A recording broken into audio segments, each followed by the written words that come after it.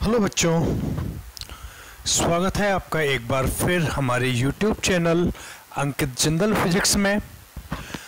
आज से हम लोग स्टार्ट कर रहे हैं 12th फिजिक्स का चैप्टर 6, जो क्या है, इलेक्ट्रिक सर्किट यानी विद्युत परपथ।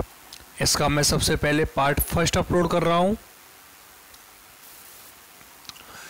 सबसे पहली चीज के विद्युत परपथ क्या होता है, विद्युत परिपथ क्या चीज है। तो सबसे पहले मैं डिस्क्राइब करूं इस परपथ को, तो परपथ का मतलब होता है परि यानी चारों ओर।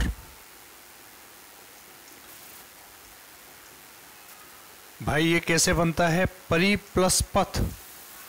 तो परि का मतलब क्या होता है, चारों ओर, और पथ का मतलब क्या होता है, रास्ता। यानी चारों ओर का रास्ता, किसका, विद्युत का। यानी विद्युत का चारों ओर का बंद रास्ता क्या कहलाता है, विद्युत परपथ। यानी कि मैं यदि बहुत सारे संयोजन लूं काम में, और इन बहुत सारे संयोजनों को मैं लास्ट में जाके क्या कर दूं, बंद कर दूं। तो देखो कहीं से ये ओपन है क्या, चारों खाने बंद है। ये जो परपथ है ये चारों खाने क्या है, बंद है। तो इसको मैं क्या बोल सकता हूं, एक विद्युत परपथ है। अगर इसमें कहीं से भी खुला हुआ होता, यदि ये ऐसा होता, तो क्या इसको विद्युत परपथ बोलते, नहीं बोलते। क्यों, क्योंकि यहां से ये बंद नहीं है, यहां से ये कैसा है, ये ओपन है, खुला है। और खुला रास्ता थोड़ी होता है, रास्ता कैसा होता है, बंद रास्ता। बंद रास्ते को हम लोग क्या कहते हैं, विद्युत परपथ। क्लियर है बच्चों, यहां तक कोई प्रॉब्लम नहीं। अब इस चैप्टर की जो सबसे इंपॉर्टेंट चीज है, जो बुनियाद है इस चैप्टर की, वो बुनियाद मैं आप लोगों के लिए समझा रहा हूं। वो बुनियाद आती है इसकी किरचॉफ के नियम। जब कभी बंद परपथ का निर्माण होता है, तो बंद परपथ के निर्माण के साथ ही हमारे अप्लाई होते हैं क्या, किरचॉफ के नियम। मैंने का नहीं लगाया, के लगाया है। क्यों लगाया है के, क्योंकि किरचॉफ ने अपने दो नियम दिए हैं। कितने नियम दिए हैं किरचॉफ ने, दो। पहला नियम तो दिया है किरचॉफ का धारा नियम, और दूसरा नियम इसने दिया है किरचॉफ का वोल्टता नियम। यानी पहला जो नियम है वो नियम तो है किससे, धारा से संबंधित, और दूसरा जो नियम है वो किससे संबंधित है, वोल्टता से। धारा नियम को, इसको अंग्रेजी में लिखूं तो इसको लिखते हैं किरचॉफ्स करंट लॉ, और इसको लिखते हैं क्या, किरचॉफ्स वोल्टेज लॉ। पहला पहला अक्षर उठा लो, तो इसको शॉर्टकट में लिखा जाता है KCL, और इसको लिखा जाता है क्या, KVL। K for Kirchhoff, B for voltage, L for law. K for Kirchhoff, C for current, L for law. तो किरचॉफ के कितने नियम हैं, दो नियम। पहला तो है किरचॉफ का धारा नियम, और दूसरा है क्या, किरचॉफ का वोल्टता नियम। बहुत इंपॉर्टेंट टॉपिक है ये। ये मान लो राजस्थान बोर्ड में कम से कम 2 नंबर देगा ये। कितने नंबर का है, 2 नंबर का। किसमें, राजस्थान बोर्ड में। ठीक है, समझ में आ गया। किरचॉफ के दो नियम हैं, पहला तो है किरचॉफ का धारा नियम और दूसरा है किरचॉफ का वोल्टता नियम। सबसे पहले जो मैं आप लोगों के लिए एक्सप्लेन कर रहा हूं वो एक्सप्लेन कर रहा हूं किरचॉफ का धारा नियम। सबसे पहले हम लोग जो एक्सप्लेन कर रहे हैं वो है क्या, किरचॉफ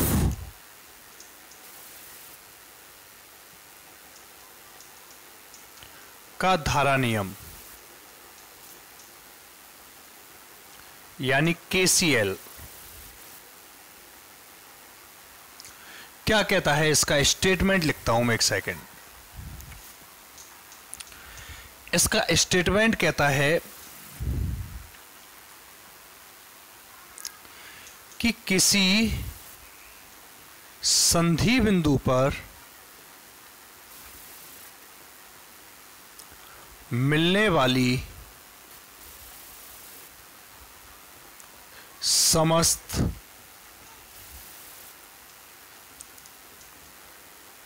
धाराओं का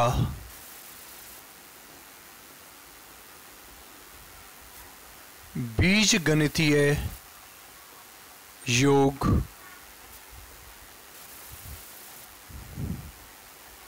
शून्य होता है। मतलब संधि बिंदु मतलब एक मीटिंग पॉइंट जैसे पॉइंट है और इस पॉइंट पे मैंने मान लिया कि अलग अलग धाराएं हैं जो अलग अलग प्रतिरोधों से होकर प्रवाहित हो रही हैं।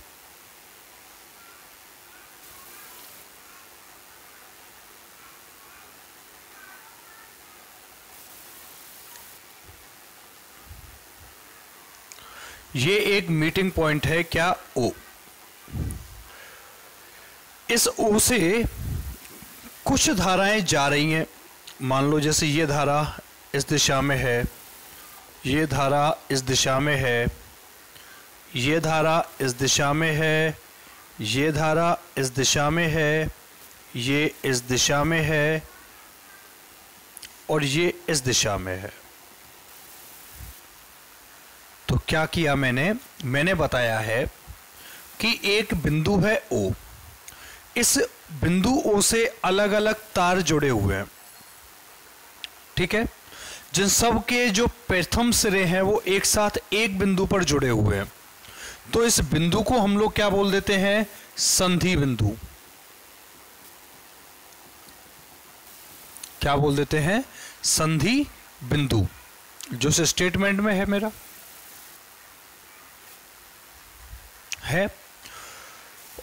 और इस संधि बिंदु पे क्या हो रहा है, जैसे ये पहला तार है, ये पहला तार, तो पहले तार से धारा प्रवाहित हो रही है I1, लेकिन इस I1 की दिशा क्या है कि I1 बाहर जा रही है, O से बाहर। दूसरा जो तार है इससे धारा आ रही है I2, लेकिन दिशा क्या है, अंदर की ओर, यानी ये O की ओर आ रही है और पहले तार से धारा O से जा रही है। तीसरे तार से धारा I3 बाहर जा रही है, चौथे से धारा आ रही है, आ रही नहीं आ रही, यानी सबकी दिशा अलग अलग है। और मेरा नियम क्या कहता है, नियम कह रहा है कि किसी संधि बिंदु पर मिलने वाली, मैं ये नहीं कह रहा हूं कि आने वाली के जाने वाली, मैं क्या कह रहा हूं, मिलने वाली। क्या कह रहा हूं मैं, मिलने वाली समस्त धाराओं का बीजगणितीय योग सदैव क्या होता है, शून्य होता है। मतलब जो समेशन ऑफ आई है वो बराबर क्या होता है, 0। ये स्टेटमेंट है मेरा। बीजगणितीय का मतलब क्या होता है, मैंने बताया है आपको पहले। बीजगणितीय का मतलब होता है चिन्ह सहित। चिन्ह सहित यदि मैं आने वाली धाराओं को प्लस मानूं तो जाने वाली धाराओं को क्या मानना पड़ेगा मुझे, माइनस। यदि आने वाली धाराओं को मैं क्या मानूं, प्लस मानूं, तो जाने वाली धाराएं क्या होंगी, माइनस होंगी। यही मतलब होता है ना बीजगणितीय का। तो देखो I1 क्या हो रही है, जा रही है, I1 क्या हो रही है, छोड़ के जा रही है, तो छोड़ के जा रही है तो मैंने क्या लगा दिया, -I1। I2 आ रही है तो आने वाली क्या मानी है, प्लस। I3 जा रही है, छोड़ के जा रही है तो इसको क्या ले लिया मैंने, माइनस ले लिया। I4 आ रही है तो प्लस। I5 छोड़ के जा रही है तो इसको क्या माना मैंने, माइनस। I6 आ रही है इसलिए इसको मैंने क्या मान लिया, प्लस। और सबका बीजगणितीय योग कितना करना है, 0 करना है। कथन तो यही है ना, सबका योग कितना होना चाहिए, 0 होना चाहिए। अप्लाई कर दिया इसको कि नहीं कर दिया, यानी कि क्या हो गया, -I1 plus I2 minus I3 plus I4 minus I5 plus I6 बराबर 0। या फिर प्लस वालों को एक साथ छोड़ दूं, I2 plus I4 plus I6 और माइनस वालों को उधर पक्षांतरण कर दिया तो I1 plus I3 plus I5। ये बन गया कि नहीं बन गया। I2 देखो, I2 आने वाली है, I4 आने वाली है, I6 आने वाली है, यानी ये जो सब हैं ये सब कौन सी हैं, आने वाली। I1 जा रही है, I3 भी जा रही है, I5 भी जा रही है, यानी ये तो सब कौन सी हैं, आने वाली, यानी कि आने वाली धारा, यानी आने वाली धाराओं का योग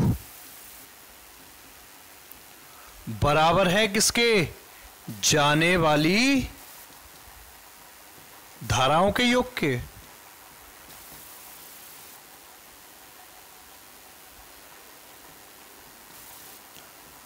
यानी आने वाली समस्त धाराओं का योग जाने वाली धाराओं के योग के बराबर है।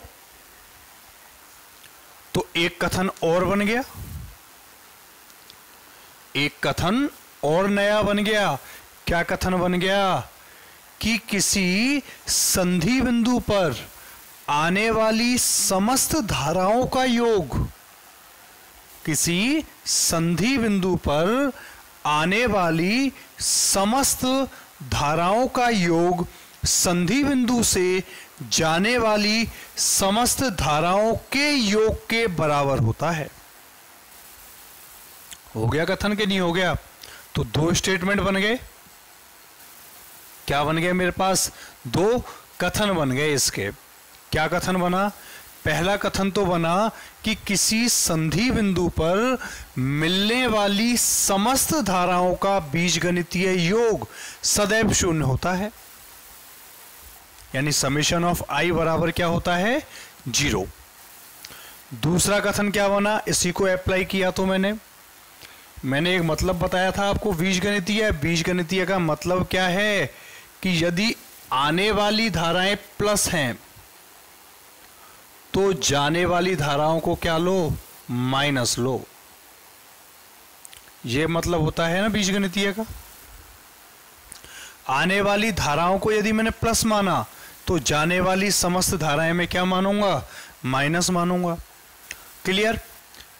इसको अप्लाई किया मैंने, तो अप्लाई करने के बाद नया कथन और निकल के आ गया। तो नया कथन क्या बन गया कि संधि बिंदु पर आने वाली धाराओं का योग संधि बिंदु से जाने वाली धाराओं के योग के बराबर होता है। क्लियर है यहां तक बच्चों, या कोई प्रॉब्लम है? दो स्टेटमेंट बना दिए, एक स्टेटमेंट तो ये रहा और सेकंड स्टेटमेंट ये रहा। ठीक है, कोई प्रॉब्लम किसी को नहीं है? ठीक है, अब इसके क्वेश्चन हैं, जिन क्वेश्चंस को मैं आप लोगों के लिए नेक्स्ट पोर्शन में सॉल्व कर पाऊंगा। तब तक आप लोग एक बार इस स्टेटमेंट को समझो, और जो क्वेश्चंस हैं उन क्वेश्चंस का वीडियो आपको आज ही मिल जाएगा इसी के साथ में। ठीक है, okay, good bye, take care.